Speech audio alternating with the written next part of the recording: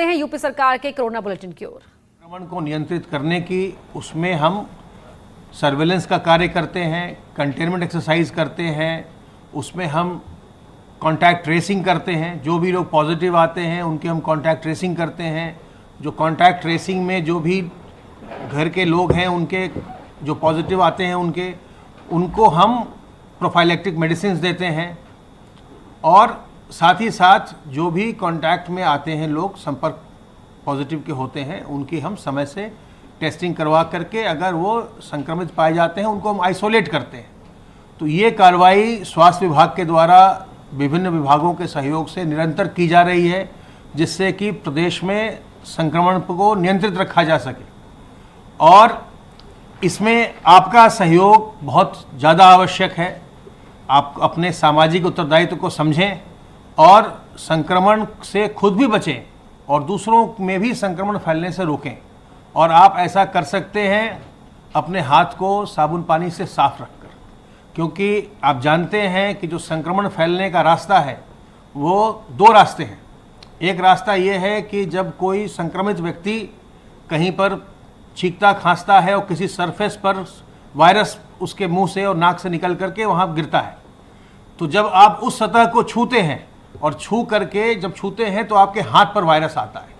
और फिर जब अपने हाथ को आप आँख नाक मुंह को लगाते हैं, चेहरे को छूते हैं, तो वायरस आपके शरीर के अंदर प्रवेश करता है। यही एरिया है जिससे वायरस आपके अंदर प्रवेश करता है, मुंह नाक आँख से। तो आपको अपने हाथ को साफ रखना है जिससे कि हाथ पर वायरस न हो और हाथ के रास्ते आपके मुंह से और आँख नाक कान से होकर, आँख नाक मुंह से होकर के वायरस अंदर न जाए। तो हाथ को बार बार साबुन पानी से धोते रहिए। और जब हाथ को धोइए साबुन पानी से कम 30 से 40 सेकंड धोइए। अगर आप केवल 5-7 सेकंड धोएंगे तो उससे वायरस नहीं मरता। तो आपको कम से कम 30 से 40 सेकंड अपने हाथ को धोना है। और इसके अलावा जब भी आप सार्वजनिक स्थल पर जाते हैं या किसी से बातचीत करते हैं, अगर वो व्यक्ति संक्रमित है तो उससे बातचीत करने में या उसके मुंह और नाक से जो ड्रॉपलेट्स निकलते हैं वो आप में प्रवेश कर सकते हैं अगर आप उसके नज़दीक खड़े हैं। तो इसलिए आपको एक तो लोगों के नज़दीक नहीं जाना चाहिए, सबों से 2 गज की दूरी मेंटेन करिए, बरकरार रखिए, ताकि वायरस आपके दूसरे व्यक्ति अगर संक्रमित है अगला व्यक्ति तो वायरस आपके अंदर ना आए। और अपने मुंह और नाक को सार्वजनिक स्थलों पर ढक के रखिए, फेस मास्क से ढकिए, रुमाल से ढकिए, गमछे से ढकिए, दुपट्टे से ढकिए, ताकि अगर कोई संक्रमित व्यक्ति है भी उसके मुंह और नाक से कोई ड्रॉपलेट्स निकल रहे हैं तो आपके मुंह नाक से अंदर न जाए, तो आप इससे बचे रहेंगे। अगर आप अपने इस सावधानियों को आप बरतते हैं तो एक तो आप अपने आप को बचाएंगे और दूसरा अपने सामाजिक उत्तरदायित्व का पालन करके आप दूसरों को भी संक्रमित होने से बचाएंगे। और अगर आप अपने मुंह और नाक को मास्क से या रुमाल से, दुपट्टे से, गमछे से नहीं ढकते हैं सार्वजनिक स्थलों पर तो आप पर जुर्माना हो सकता है। और बहुत लोगों पर, लाखों लोगों पर जुर्माना हो चुका है और हर बार आपको 500 रुपये का जुर्माना देना पड़ सकता है और आपके खिलाफ और भी कार्रवाई हो सकती है।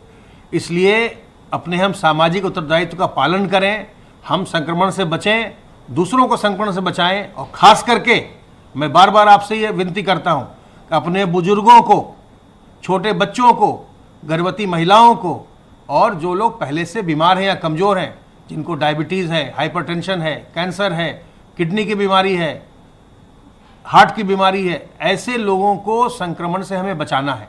और ऐसे लोग तभी बाहर निकलें जब बहुत आवश्यक हो। अगर उनको कोई चिकित्सकीय सलाह लेनी हो, अस्पताल जाना आवश्यक हो तो जाएं, अन्यथा अगर कोई सामान्य परामर्श लेना हो तो मैंने आपसे ये भी अनुरोध किया है कि ई-संजीवनी प्लेटफॉर्म का इस्तेमाल करिए। ई-संजीवनी पोर्टल पर आप घर बैठे चिकित्सकों की सलाह ले सकते हैं, उसका उपयोग करिए। घर से बाहर कम से कम निकलिए, संक्रमण से बचिए और अपने घर में भी ऐसे लोगों को संक्रमण से बचाइए। अगर आप सावधानियों को बरतेंगे, घर के बुजुर्गों को, महिलाओं, गर्भवती महिलाओं को, बच्चों को और पहले से बीमार कमज़ोर लोगों को संक्रमण से बचाएंगे तो आपका पूरा परिवार, आपके इष्ट मित्र सभी लोग संक्रमण से बचे रहेंगे, स्वस्थ रहेंगे। तो स्वस्थ रहिए, प्रसन्न रहिए। अब मैं अनुरोध करूंगा अपर मुख्य सचिव गृह से।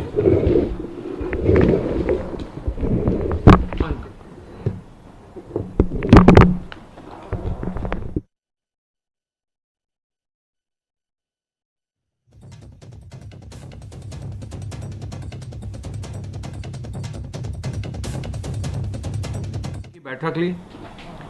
उनका निरंतर प्रयास है कि प्रदेश में टेस्टिंग की व्यवस्था को और मजबूत और बढ़ाकर किया जाए। आपको मालूम है कि हमारा प्रदेश जो भी कोविड के मानक हैं उसमें चाहे वो डेथ रेट हो, चाहे ओवरऑल नंबर ऑफ पेशेंट्स हो, हम लोग पर कैपिटा पॉपुलेशन के हिसाब से अगर देखें तो हमारे नंबर्स काफ़ी कम हैं। टेस्टिंग में पर कैपिटा में बढ़ाने की बात आई थी।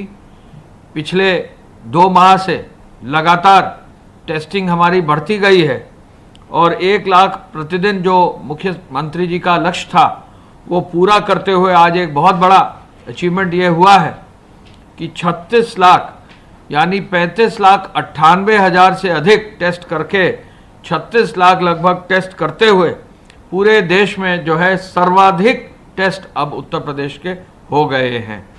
और आगे भी चूंकि 1 लाख से ज़्यादा भी करने की बात माननीय मुख्यमंत्री जी ने की है, तो इस टेस्टिंग को आगे भी बहुत मजबूती से जो है कार्य किया जा रहा है।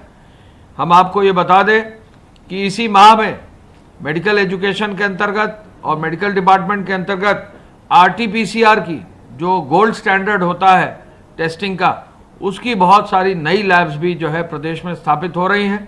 या RT-PCR टेस्ट से जो है उनकी क्षमता को भी जो है बढ़ाया जा रहा है। इसके अलावा माननीय मुख्यमंत्री जी ने ये आदेश दिया है कि जो हमारा integrated command and control centre है इसको और मजबूती से कार्य किया जाए। कोई भी पेशेंट एम्बुलेंस में जो है उसको ज़्यादा समय न लगे, उसको भर्ती तुरंत कराया जाए। लखनऊ की कल जो उन्होंने समीक्षा की थी उसके अंतर्गत लखनऊ में जो बेड्स बढ़ाने की बात है, SGPGI के बेड्स जो हैं, HDU के बेड्स 20 बेड अभी हैं, 20 और वो 18 तारीख तक लगभग बढ़ा देंगे। ICU के बेड्स SGPGI में 68 हैं, 12 बेड जो है आज उन्होंने बढ़ाने का निर्देश दिया है और आज बढ़ भी जाएंगे। KGMU में 26 बेड HDU के हैं, 14 बेड आज तक और 11 बेड 18 तारीख तक और बढ़ाने का निर्देश दिया गया है और तुरंत बढ़ेंगे भी। और KGMU के वाइस चांसलर साहब ने कहा है कि इसको वो बढ़ा भी लेंगे। KGMU में ही 60 बेड ICU के हैं। अब एक पूरा नया अस्पताल जो है टेक ओवर करके KGMU ने अपने ही एक विंग को 320 बेड में कन्वर्ट करने का निर्णय लिया है। बहुत तेजी से सिविल वर्क काम चल रहा है और इसी माह में इन 320 बेड में कोविड अस्पताल चलाते हुए 100 बेड की बढ़ोतरी KGMU में ही होगी। हम सभी लोग वहां जाकर कमिश्नर, DM और वरिष्ठ मेडिकल डिपार्टमेंट के अधिकारी जाकर वहां निरीक्षण कर चुके हैं और बहुत तेजी से काम भी हो रहा है। RML जो है 20 तारीख तक 20 HDU बेड्स स्थापित किए जाएंगे। ICU बेड्स RML में 22 से 18 बेड्स जो है 15 तारीख यानी कल बढ़ जाएंगे। ये पूरी कार्रवाई की जा रही है। Era medical college private medical college है, हम लोग खुद गए थे निरीक्षण करने। उन्होंने भी आश्वस्त किया है कि HDU बेड 60 से बढ़ाकर 15 तारीख तक 20 बेड बढ़ा देंगे और 20 तारीख तक 40 और बेड, यानी ये भी अपने HDU बेड की संख्या दुगनी करेंगे, 60 से 120 करेंगे। ICU बेड 20 जो है इनके हैं, 10 बेड ये 18 तारीख तक बढ़ाएंगे और 10 ही बेड जो है 30 तारीख तक, यानी इसको भी ये दुगना करेंगे। मेदांता हॉस्पिटल से के लिए भी हम बताना चाहेंगे कि मेदांता हॉस्पिटल पहला बार जो है कोविड अस्पताल के रूप में उनके यहाँ 20 बेड HDU के जो है 15 तारीख यानी कल से शुरू हो रहे हैं। 5 बेड ICU के कल से शुरू हो रहे हैं। डॉक्टर त्रेहन साहब से, डॉक्टर कपूर साहब से बात हुई है और कल से मेदांता में भी अलग एक कोविड विंग 25 लोगों का जो है स्थापित हो रहा, 25 पेशेंट्स के लिए।